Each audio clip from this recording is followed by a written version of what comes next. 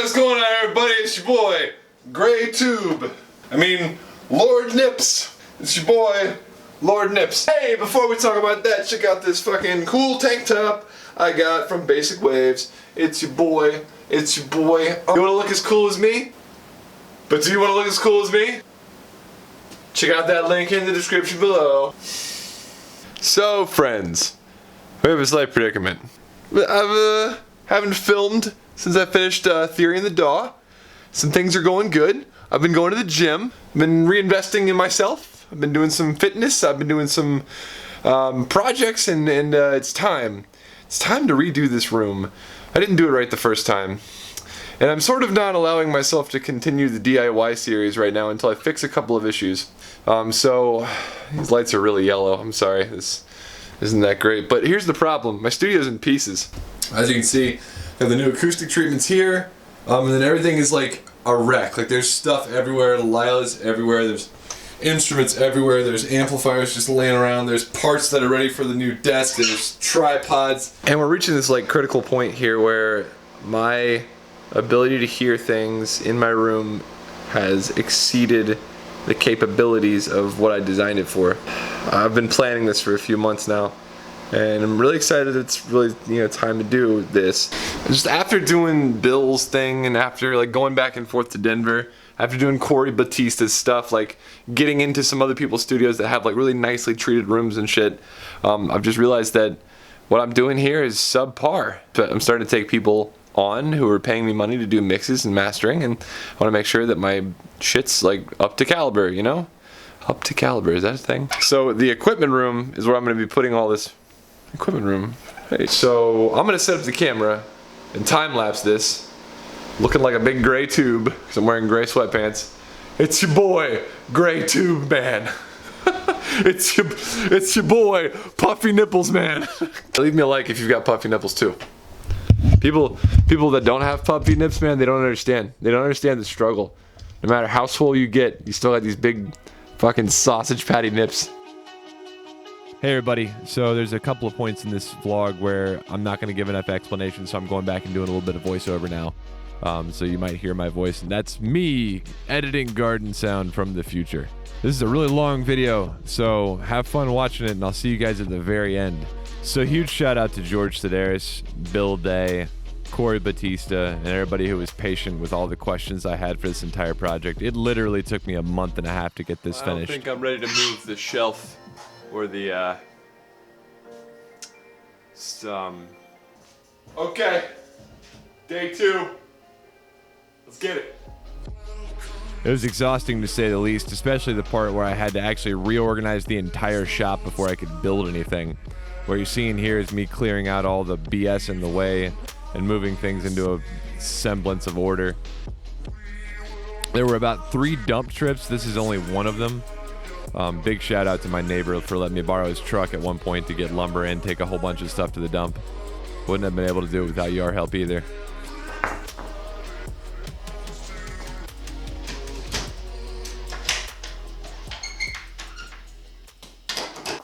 Now I'm gonna take all that shit to the dump. Okay, time to sleep up.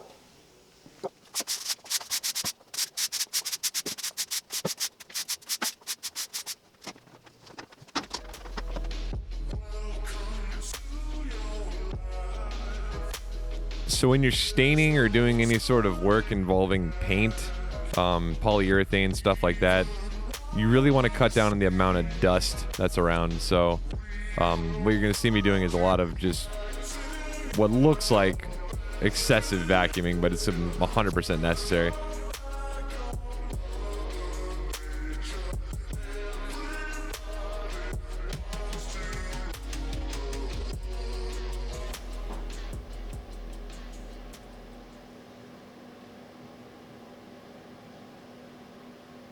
That's all for today.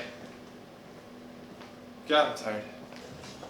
Okay, the next thing I'm doing is flexing on cam. Next thing I'm doing is screwing these legs into this thing right here. You can't see them, but I'm gonna do that right now. Okay, so we don't want you. I shouldn't go get a metal bit and. All right, brother, I can do that. Oh, dude, see, the first thing I assume when I run into an issue is that I don't know what I'm doing. And that's usually correct, so thank you for being available. So my cousin built this desk for me, and by built it, I mean he welded it. And the idea here was going to be to use this as the frame underneath the tabletop that I'm going to build later. It didn't work out for a number of reasons, but I'm really glad I have this now because it made an excellent shop table, and throughout this entire process, I used a whole bunch of clamps to clamp stuff to it. Now I've got to sand it and paint it.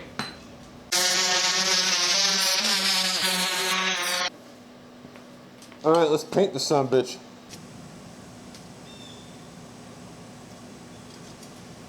Herder, bad for the environment, herder.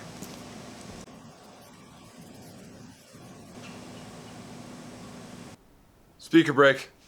I got new speakers.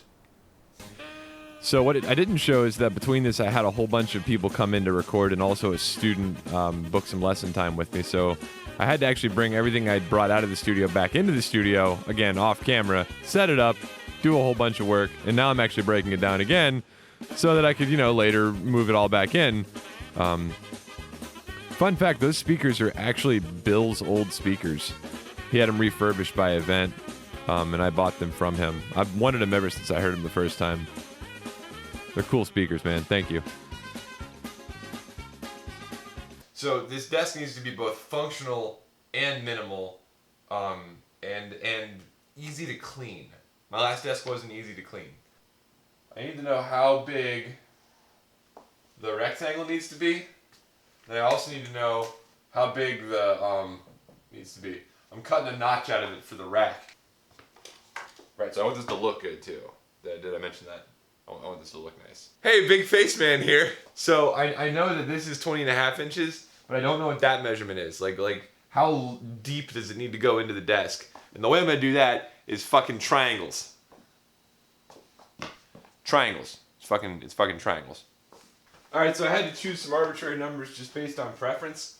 So 10.5 is the length I know, 4.5 is how high I want it to be. So what we do is in a right triangle, everybody knows that if you take a squared, which is going to be this, we're going to call it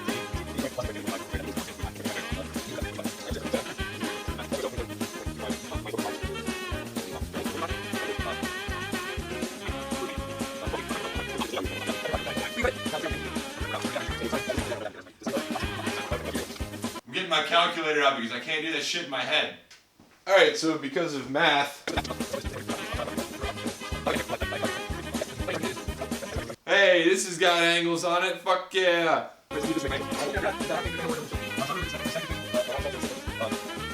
6 inches is perfectly adequate. So next I took all those measurements that I made and all the math that I did and went over to the giant piece of plywood that will become the desktop. And this was actually my first time using this Kreg AccuCut, and from my reaction here, you can tell that I really liked it. Boy, fucking clean fucking cut, boy. The fucking Kreg AccuCut. Get at me, Kreg. This shit rules. Fuck yes. Fuck yes. Woo! Fuck yeah. Clean cut. I don't have a table saw because on a scale of 1 to cut all my fingers off, I don't want to do that. So I don't have a table saw. So cutting straight edges for me has always been a pain in the ass. But not anymore. This thing just cut fucking factory edges onto this board. Fuck yes. Get at me, Kreg. I got you. Sponsor me, baby. Fuck yeah. It's your boy.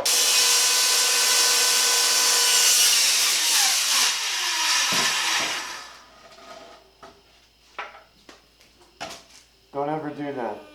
Alright, now that I've got this piece of plywood cut down to size, what I'm going to do is draw out all my markings and measurements in order to cut out the notch that will be where the rack goes later.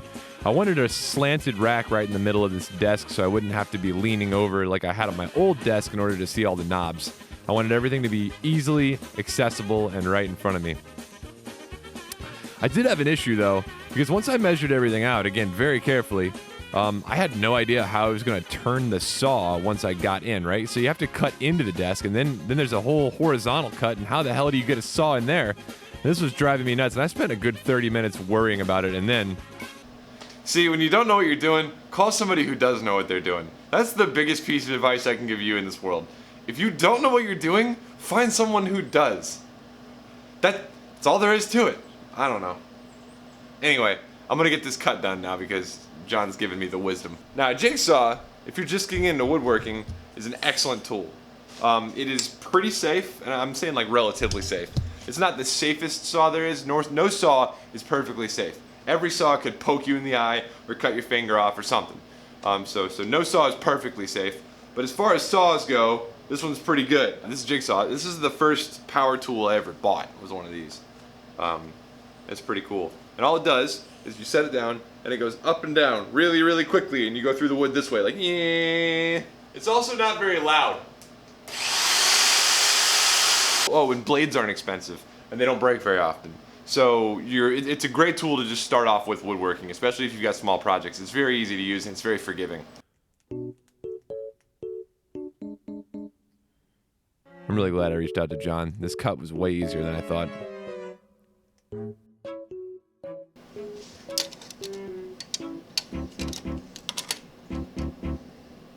The saw blade is about 1/16 of an inch thick. So if I were to cut the line, I would add it. I'm up here. So if I were to cut the line, I would add 1/16 of an inch to my measurement, and then this would be combined 1/8 of an inch too large. So you have to cut the inside of the line.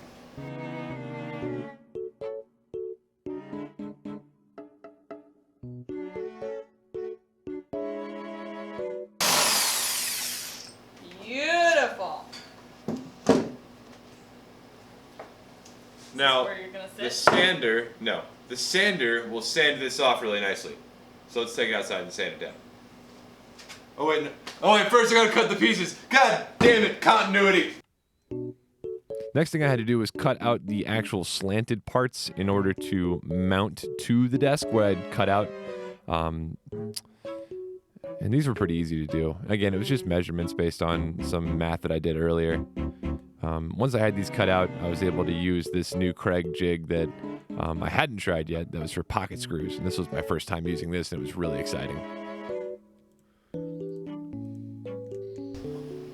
Interrupt this special broadcast to bring you some cool shit. Alright, so I invested in success on this project 2 ways. One of which was that Kreg track saw that I was freaking out about earlier. That thing has absolutely made this the easiest project I've ever done. The other thing is I bought, same company, Kreg. Get at me, Kreg. You can sponsor my videos anytime. You guys have some cool shit. This is a pocket hole jig. And it's a little expensive for how big it is, so don't be thrown by its size. It's real heavy plastic, and what it does is it allows you to drill perfect pocket screws. I haven't tried it yet, but the way this is supposed to work is like this. Here's my piece of wood. I want to attach a piece of wood to the top of this, right there. All right? I want to put a piece of wood right in line with that. Now, there's 2 ways you can do that. You can either drill a pocket or a toenail screw, as some people call it, which is incorrect. And I'll show you what a bad toenail looks like because the last desk was full of them. 2 ways to do this. I can either put the piece of wood here and come at it from the other side using a clamp and drill straight into here. But the problem with that is it leaves the screws exposed. Like, you'll be able to see the screw holes. You'll also be able to see the screws. It might also damage the wood. The alternative is to drill a toenail or a pocket screw. Now, let me show you what a bad pocket screw looks like. So this is called a toenail screw. It's not technically a pocket screw, but see that right there? This is bad craftsmanship, and this is why. Look at this. See how split the wood is? The wood doesn't like that because you're going into the grain. This other way kind of gets you going with the grain at an angle. There's less of a chance of a split. So I'm gonna give this a shot, and we'll see what it's like. All right, here we go.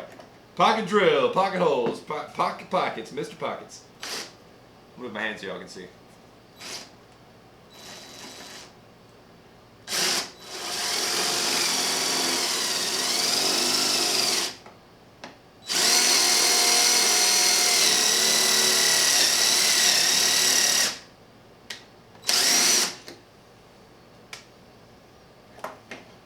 That's pretty easy.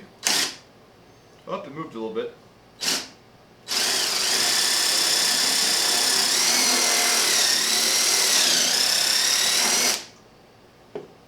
Neat. So these things are pretty simple, as you can see. You basically just clamp it to the work. really tightly, and then use the depth stop on the actual drill bit in order to figure out exactly how deep these screws need to go. Once you do that, you look at the measurement sheet that's provided with the kit and pick up the corresponding hardware, which I do recommend their hardware, and Bob's your uncle.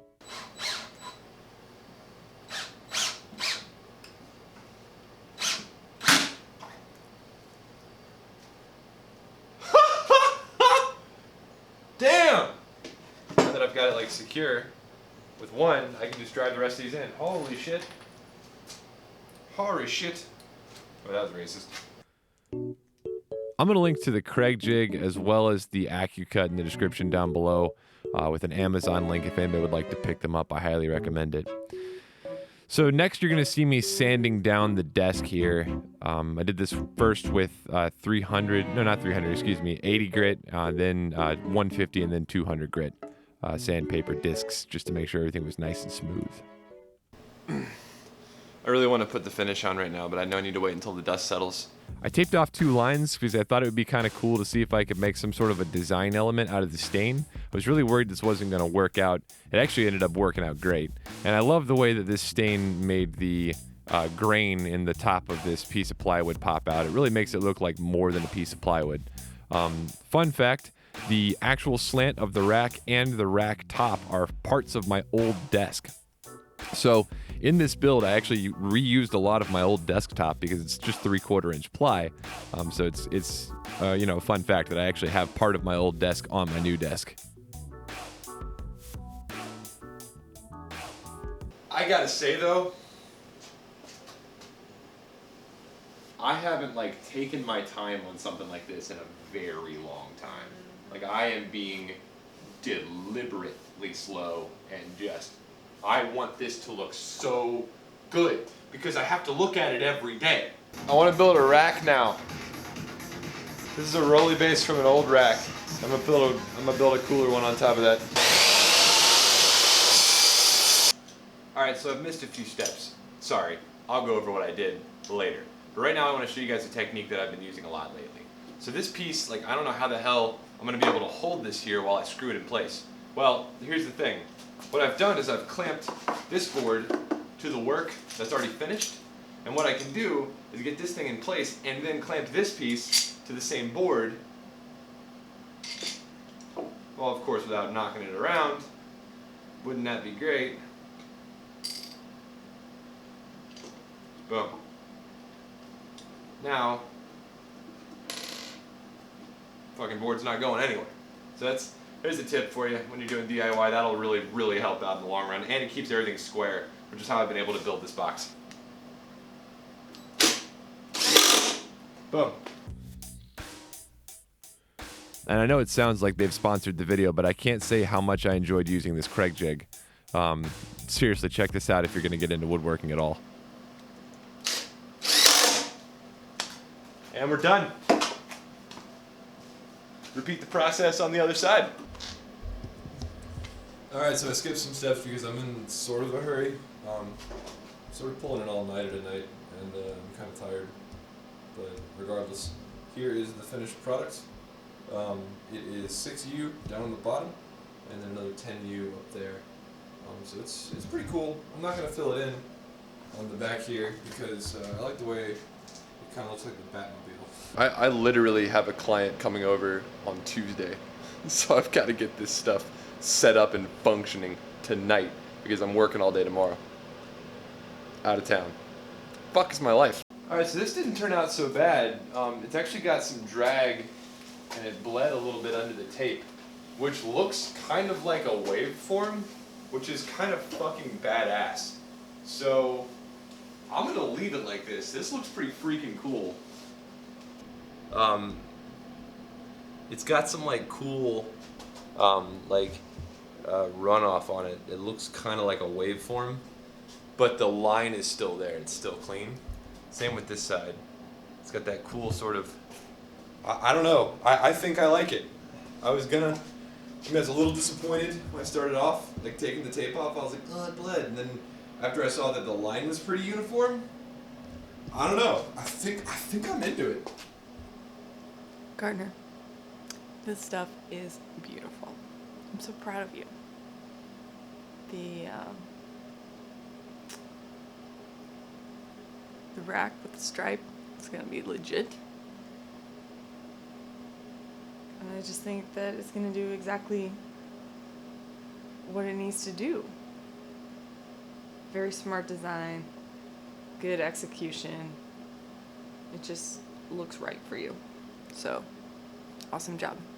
I love you. So what you see here is a shot after the first coat of poly was applied to the desk, and as you can see, it looks great. I can't remember exactly what poly I was using here, but I've got the can in the workshop. And the next thing you're about to see is kind of a tough moment to watch. Basically, what it was me figuring out that the frame that my cousin and I had designed wasn't going to work for my desk. I go into detail about why it's not going to work here. And again, nothing against him. Obviously, this was my design, and it just was a huge design flaw. But it is a lesson that I've learned, and moving forward, I won't make that same mistake. Hey, everybody. So, update.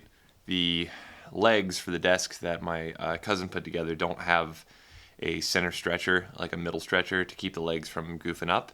So there's a lot of lateral shake. Let me show you. So I have to build a more solid base. I wanted to do that out of concrete, but I lack the confidence and the monetary resources in order to get that set up. That requires me to buy melamine, make the form, which would be about like nearly $100 in melamine. And then I'd have to buy the concrete, which isn't that expensive. But the thing is, if I mess it up, I only get one shot at it. And I'd rather not spend $100 and go with a surefire thing. So I'm going to build it out of wood. I'm going to paint it the same color as I'm going to be painting the rack. In addition to that, there are some sanding and another coat of polyurethane that needs to go on the desk, and I haven't put any of the treatments up, and I have about a week and a half left to finish this, and my saw is up in the north part of Atlanta, where I'm not, nor do I have the budget to get up there and get it, so things are really falling apart today. I'm not having a good day. I don't feel like I can do this today, and I need to put this in the video so you all can see that even people who quote-unquote know what they're doing, I don't know what the fuck I'm doing sometimes, and this is one of those times. I'm so scared that this is gonna that this was a bad idea, and I'm gonna sink myself into a hole, and then I'll be working at the restaurant again. I don't want to wash dishes anymore. That's my number one fear, is that I'll be back washing dishes again, and I can't, guys. It's real. It's fucking real. Like that's where we're at. Sometimes that's the way life goes.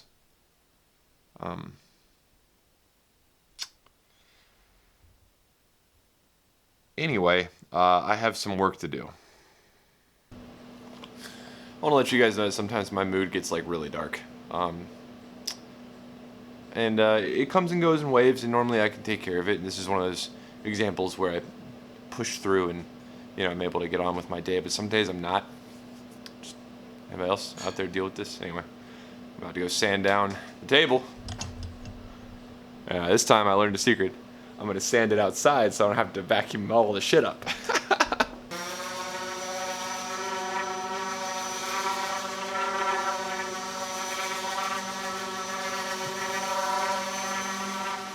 Alright, now what you see here is me building desk base part 2. This base, although it's a bit cheaper and kind of lackluster, it's not as cool as metal, not as cool as concrete like I wanted to do. It's functional and it works for me.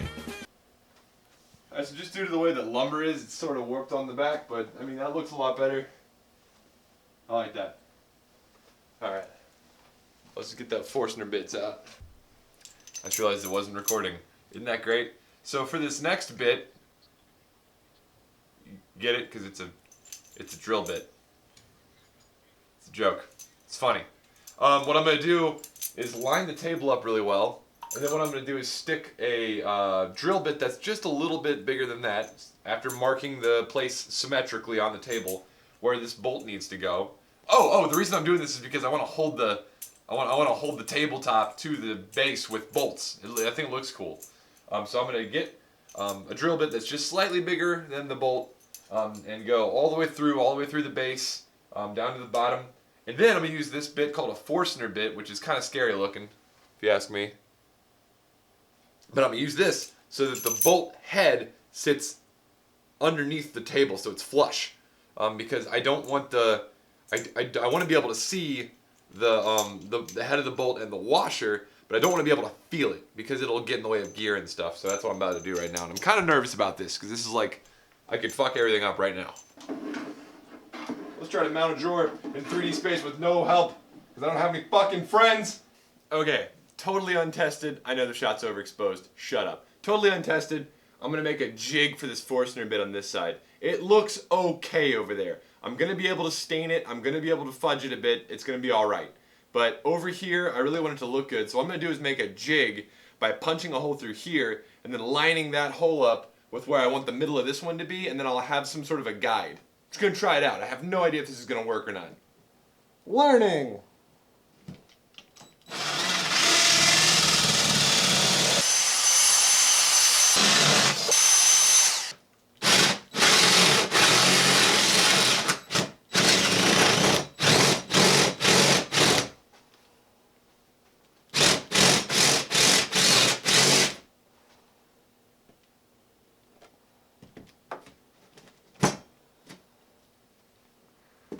That's about right.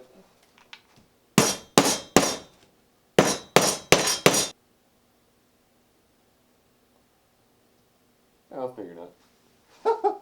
Well, Gardner, you might ask yourself, why are we in the kitchen all of a sudden? I thought you were redoing the studio. Here's the deal. I've got an expert here today to show me things that I don't know.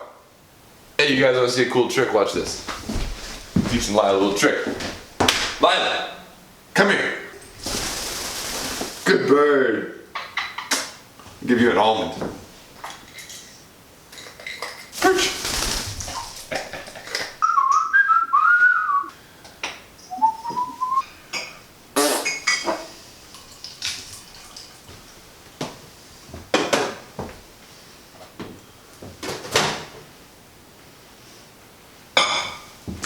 Don't tell George that I'm microwaving his coffee. I'm still pretty like fucking about not having my stuff set up, but that's gonna change today because I have the man. You know him.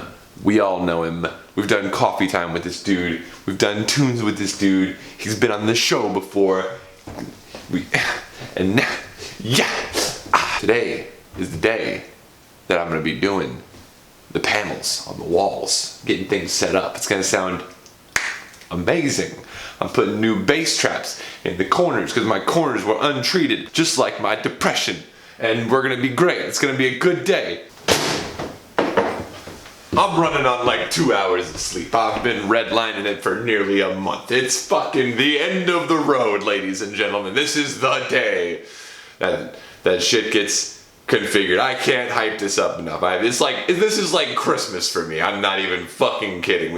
There's been thousands of dollars spent on equipment and labor and treatments, and it is fucking the day. It is today. We've been building up to this day all month. I literally filmed episodes number 5 through 10 and edited episodes number 5 through 10 of Theory in the DAW in like a week, so I could take the entire month of October off to both work off my debts and fucking, make sure shit's ready to go in this room. I can't stress enough how fucking hype I am for today. Boy! Oh, look who fucking finally decided to show up. Hi. Well, ladies and gentlemen, you know who this dude is. Hello. That's right, guys. It's Michael Jackson in the flesh, back from the dead. Ooh. Here, George, give her this. Oh, she's gonna attack me. How do I do this? Just hand it to her? Yep. Oh, jeez. Yeah, she's way more comfortable now than she used to be. 0 bucks. I got that on fucking film. That was awesome. And calculate them as, there's one other tab I need to open. So as you can see, I've moved everything out of the studio, and now we're putting in some calculations that we've written based off of measurements. No, we're not putting calculations in. We're putting in measurements into a calculator. And what's this calculator called? There's two different ones. There's AMROC, which is a room mode calculator. AMROC, A-M-R-O-C. And there is a speaker placement calculator, which is a good way to find a starting point for where to put your speakers. And I'm going to link to both of these utilities in the description down below. Close the tabs. They're both free, right? Yeah, they are. We close the tabs. Why, you got porn open? No, I was just joking. I was going to close the tabs so you couldn't have them. Oh, and the purpose of this is to figure out where the nodes in the room are, the modes. Modes. And also to figure out where we should put the speakers based on the measurements. I've got a very weird room. I'm sure you all have seen it, but you've never seen it without all the gear in it. So let me give you a 360 real quick so you can see exactly what I'm talking about. It's just got a weird shape to it.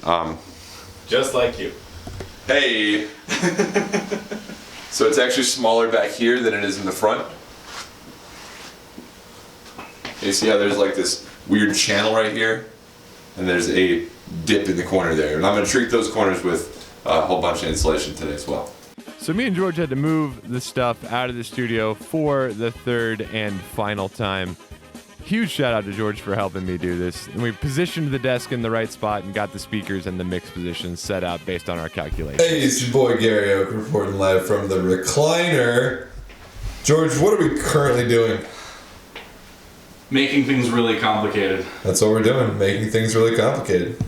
We are aligning your speakers for the best frequency response in the room prior to adding acoustic treatment. Boom. There it is. So what we're doing right now is we're moving speakers around and running a frequency sweep, which starts as low as we could possibly hear and goes above what we can possibly hear.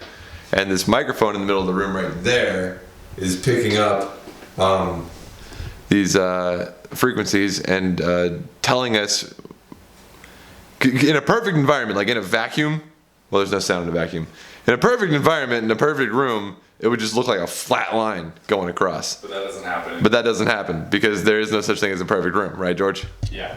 So, what we're doing is comparing different runs of this frequency sweep after making little tweaks to the speakers in terms of their positioning, in terms of their tilt, in terms of their angle. With the microphone there, the important part is the microphone there stays in the same spot and it's in the position my head will be in, if that makes sense. 'Cause it's called the mix position, I think, right? Am I right? Yes. Yeah, it's the mix position. So that's what we're doing right now. And I'm gonna let the camera roll while we do one of these sweeps so you guys can see what it looks like. This sounded 2 seconds instead of 4. I told my ears.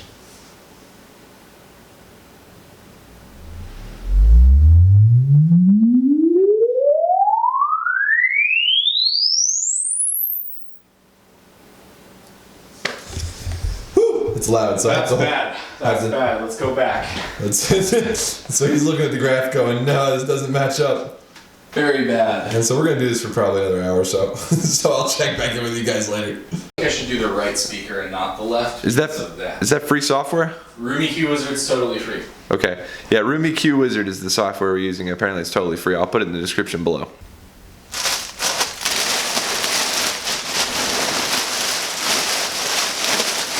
It's a plastic angel. Oh, these guns. Oh, it's your boy, Guns.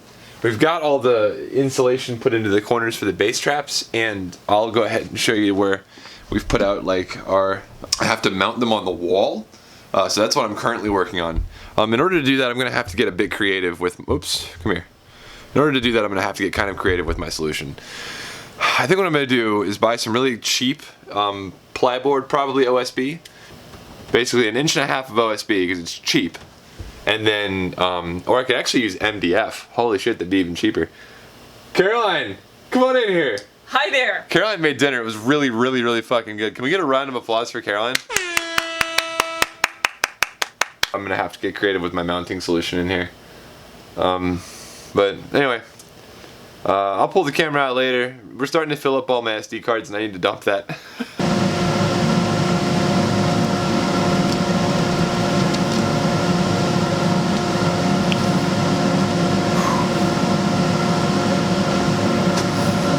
Gardner, where are you? You're probably asking yourself. Well, here's the deal. Remember when I told you guys I had to laminate some stuff together in order to get a 2-inch thick piece of wood?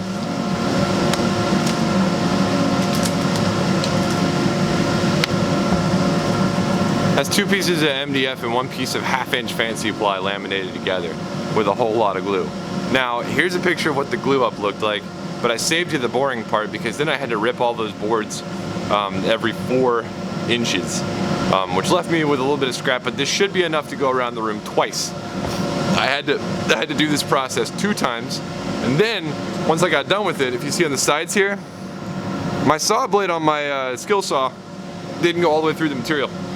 So I kind of had to break it off, which left these really nasty imperfections on the side. So I took these over to my neighbor's house, which is where I am right now, and a huge shout out to my neighbors. You know who you are, for letting me use your table saw. Also, this is the first time I've ever used a table saw that's this nice before. This is a Delta saw. It's super, super nice.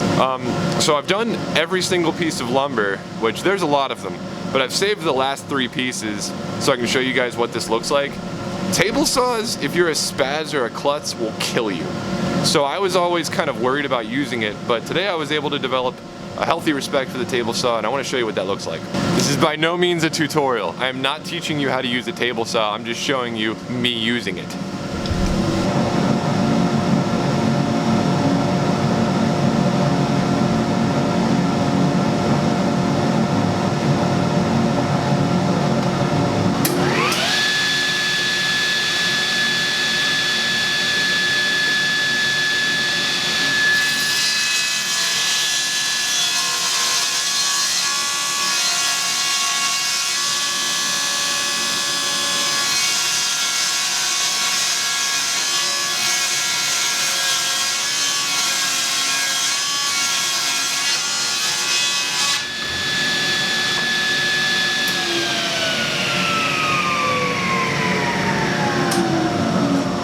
Get practice to wait for the saw blade to spin down entirely before you move. Okay. This is why I had to quit the restaurant and why my patrons are the backbone of this fucking channel, because there's no way I could do this and have a normal job. Lord, I hope this is my last trip to Lowe's right here for the final pieces of lumber that I'm gonna need for all these treatments that I'm building. Well, not treatments, just for all the angles and weird stuff, and there's always some unexpected shit that comes up at the last minute, and if this is not my last trip to Lowe's, I pray that God sends me a quick death. So what you see here is me taping out the planks that I've already stained and getting ready to put a coat of black paint on the side of them so that I can mount them into the room and then mount my panels on these. The reason I had to do these custom was because they needed to be exactly 2 inches. This was by far the most time-consuming and most difficult part of this entire build, and I had no idea, didn't see it coming. But anyway, in these next couple shots, you'll see what the room looks like now that I've put them up.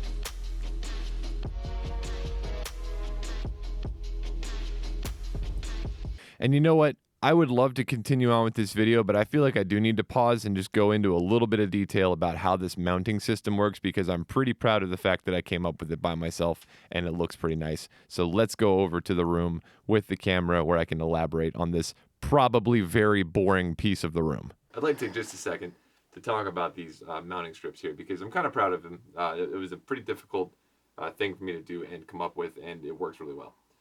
Basically, what you've got here is a 2-inch piece of MDF and plywood.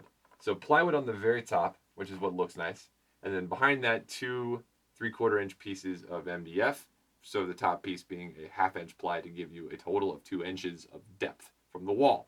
And they're mounted to the wall on the stud right here by these screws, which are 3-inch screws, so we're going 2 inches through the mounting bracket and then 1 inch into the stud. I think it looks pretty nice, and what I've done is I've stained the very top, didn't seal it, so it's just stained, and then I painted, which you saw me do in part of the video's process. I painted the sides. And the reason I've done this is because I need these panels right here, which are made by Prime Acoustic. That's what all these acoustic panels are made out of. Side note, I decided to buy my acoustic panels secondhand instead of actually making them myself this time around, because I thought the results would be better, and I was right. Sometimes DIY isn't the correct solution, and in this case, I had to kind of bite the bullet and purchase a pre-made thing. I don't think that removes my DIY badge of honor. I think it's just me kind of admitting, where my shortcomings are, and this is it. The absorption coefficient is essentially doubled by the fact that they're 2 inches away from the wall, because sound comes in and hits these, right? Some sound can travel through, some sound can't. The sounds that can travel through, pass through, hit the wall, and bounce back and don't make it back through the panel. Or they make it back through the panel, but they don't have enough energy to reach my ear. So that's the whole point of spacing them exactly 2 inches from the wall. And that, again, is based on calculations of their coefficient, their absorption coefficient, and their depth, the actual thickness of the material. Side note, I did have my acoustician come back in here recently to listen to some recordings. And, since I've put them up, he's given it his personal seal of approval. So I believe I've done my job. And Caroline, do a quick pan around the room and just show how cool the mounting system looks with everything. It's all level. I had a big level, went through the whole thing, just making sure everything's level. The stain matches my desk, which matches the rack. All of the art styles and all of the color palettes match. So everything in here is matching to a degree, which took a lot of work and effort, but is definitely worth it. Every time I walk in here, I feel like I'm walking into a professional studio, because I am.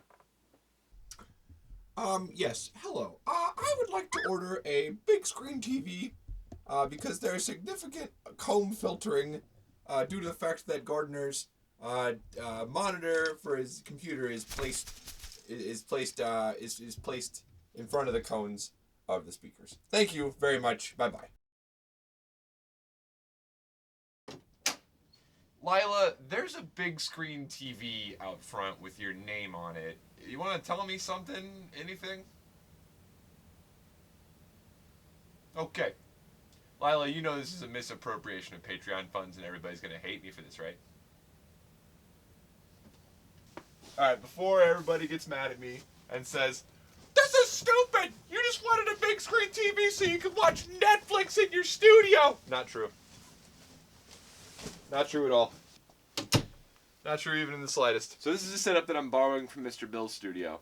The screen that I have is too close to my face and too far in front of the speaker cones on my speakers, and it's causing what's called comb filtering. So what I need to do is move the screen back. The problem is it's a very small screen, and if I move it back to the distance it needs to be back, I can no longer see it.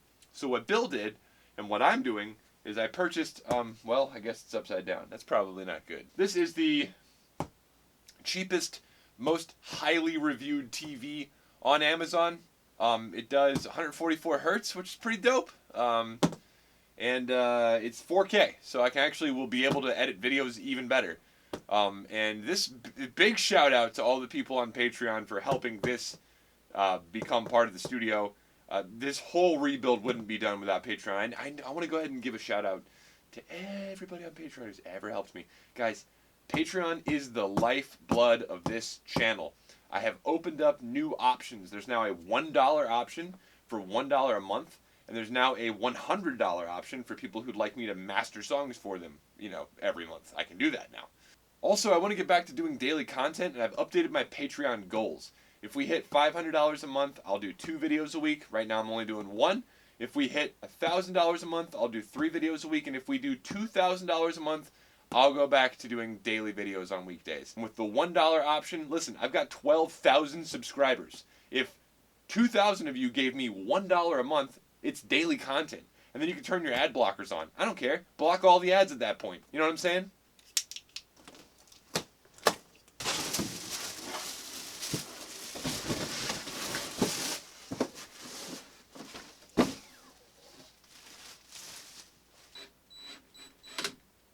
The place I had planned to put the TV is far too low, so I've built a custom solution. It's all part of making it work.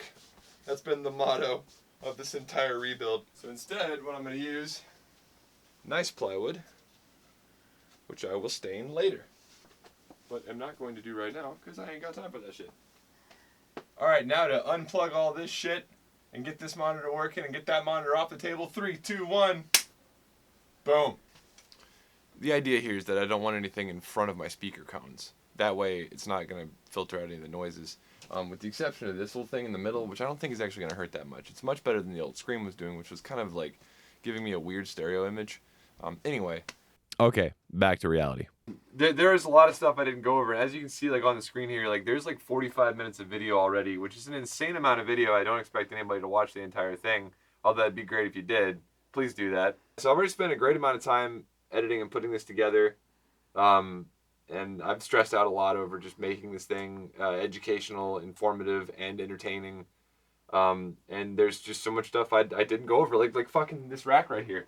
Like I didn't even go over how this thing works. I didn't show you guys me painting this. I didn't show you me staining this to have the same design elements that the desk has. I haven't talked about this push. I haven't talked about my gear. I mean, how the fuck does this patch bay work? You know what I'm saying? Like I haven't gone over that. Like how does this work? I mean, look under the desk. Check this out. Like I fucking wired all this with my soldering iron. Like how does that work? You know what I'm saying? Like the XLR patch bays, they're normal to my TRS patch bay. What does normal mean? You know, like what is a split? Like all this stuff. Like I haven't even gone into any of this. You know, like how is my rack connected to my interface, and how do I choose what I'm listening to? There are just so many things. When the fuck did I get my nose pierced? There are so many things. There's so many things, so many questions. And what's all that tape on the floor below the speakers? What the fuck does that mean? You know what I'm saying? Like why, and why, and how? I didn't even show you guys me building this cloud. Like I have a larger cloud now. There's cloud 1 and cloud 2. And how did I get the LEDs up there? How did I wire that in the circuit? I haven't explained any of this stuff. And it's not because I don't want to. I definitely do. But it's a 45-minute video, and I have trimmed it down 3 times. So here's what we're going to do. One of the next videos I'm going to put out is going to be a Q&A. Ask me a question below about anything in this studio at all that you've seen. Anything you have a question about. If there's, it would really help if you put a timestamp there, so I would know like what you're referring to. But anything you've got a question about, leave me a question down below. I'll make sure to answer it in a Q&A in an upcoming video, because I feel like there's a lot of stuff I had to just gloss over in order to make this some sort of a, you know, some semblance of watchable content. It's been a while, and we're in season 5, and I'm dedicated to making this a quality fucking show.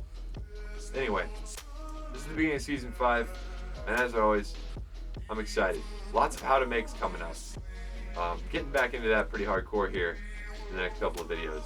Some sponsored content coming up. Whitey McWhiterson is due out on December the 3rd.